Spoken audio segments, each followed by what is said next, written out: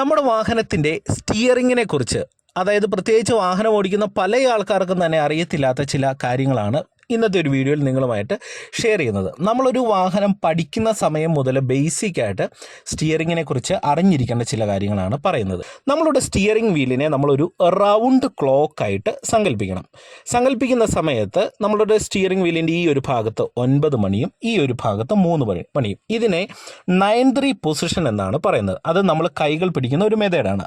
വരുമ്പോൾ നമ്മളുടെ വലത്തെ കൈ ഈ രീതിയിൽ വരിക, അതുപോലെ തന്നെ നമ്മുടെ ഇടത്തെ കൈ ഈ രീതിയിൽ വരിക. സ്റ്റിയറിംഗ് കൺട്രോൾ ചെയ്യുന്ന സമയത്ത് നമ്മൾ സ്റ്റിയറിംഗ് എടുത്തെടുത്ത് കൺട്രോൾ ചെയ്യുക. പിന്നെയുള്ള മറ്റൊരു പൊസിഷൻ എന്ന് പറയുന്നത് 10-10 പൊസിഷൻ എന്ന് പറയാറുണ്ട്, 10-2 എന്നും പറയാറുണ്ട്. അതായത് 10 മണിക്കും കഴിഞ്ഞ് 10 മിനിറ്റ് ആകുമ്പോൾ സൂചി നിൽക്കുന്ന ഈ ഒരു പൊസിഷൻ.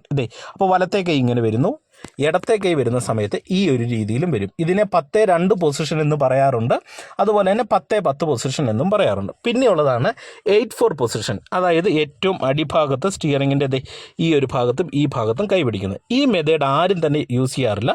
ഇത് നിങ്ങൾ പരമാവധി ഉപയോഗിക്കാനായിട്ട് പാടില്ല. ഏറ്റവും സേഫ് ആയിട്ടുള്ള ഒരു മെത്തേഡ് എന്ന് പറയുന്നത് 9-3 പൊസിഷനാണ്. ഒപ്പം തന്നെ 10-10 പൊസിഷനും യൂസ് ചെയ്യാറുണ്ട്. എന്നാൽ ഇനി ഇവിടെ നിങ്ങൾ ശ്രദ്ധിക്കേണ്ട ചില കാര്യങ്ങളും കൂടെ പറയാം. നമ്മുടെ വാഹനം സുരക്ഷിതമായിട്ട് ഓടിക്കാനായിട്ട് നമ്മുടെ റൂൾ അനുസരിച്ച് 2 കൈകളും സ്റ്റിയറിംഗിൽ പിടിച്ച് വാഹനം ഡ്രൈവ് ചെയ്യാനായിട്ട് ശ്രദ്ധിക്കണം. ഒപ്പം തന്നെ നിങ്ങൾ മനസ്സിലാക്കേണ്ടത്, ഇപ്പോൾ ഇറങ്ങുന്ന വാഹനങ്ങളൊക്കെ പവർ സ്റ്റിയറിംഗ് ഉള്ള വണ്ടികളാണ്, അതെല്ലാം ശരിയാണ്. എന്നാൽ നമുക്ക് സിംഗിൾ ഹാൻഡ് ഉപയോഗിച്ചൊക്കെ വാഹനം ഡ്രൈവ് ചെയ്യാം. അതൊക്കെ ശരിയായിട്ടുള്ളൊരു കാര്യമാണെങ്കിലും നമ്മൾ എപ്പോഴും 2 കൈകൾ ഉപയോഗിച്ച് വാഹനം ഡ്രൈവ് ചെയ്യുന്നതാണ് സുരക്ഷിതം. ഏതെങ്കിലും തരത്തിലുള്ള ഒരു ആക്സിഡൻറ്റ് ഉണ്ടാകുകയോ വാഹനത്തിൻ്റെ ടയർ പൊട്ടിപ്പോകുന്ന സിറ്റുവേഷനൊക്കെ വന്നു കഴിഞ്ഞാലും നമ്മുടെ വണ്ടിയെ നമുക്ക് സുരക്ഷിതമായിട്ട് പിടിച്ചു നിർത്താനായിട്ട് 2 കൈകളും സ്റ്റിയറിംഗിൽ യൂസ് ചെയ്തുകൊണ്ട് തന്നെ സ്റ്റിയറിംഗ് കൺട്രോൾ ചെയ്യുക. ഒപ്പം തന്നെ സിംഗിൾ ഹാൻഡ് ഉപയോഗിക്കുന്ന സമയത്ത് ഇത്തരത്തിലുള്ള ഡ്രൈവിംഗ് ഒഴിവാക്കാനായിട്ട് ശ്രമിക്കണം. പരമാവധി ഇങ്ങനെ ഓടിക്കാതിരിക്കുക. കാരണം നമ്മുടെ വാഹനത്തിൻ്റെ സ്റ്റിയറിംഗ് വീലിൻ്റെ സെൻറ്റർ ഭാഗത്താണ് എയർ ബാഗ് വരുന്നത്.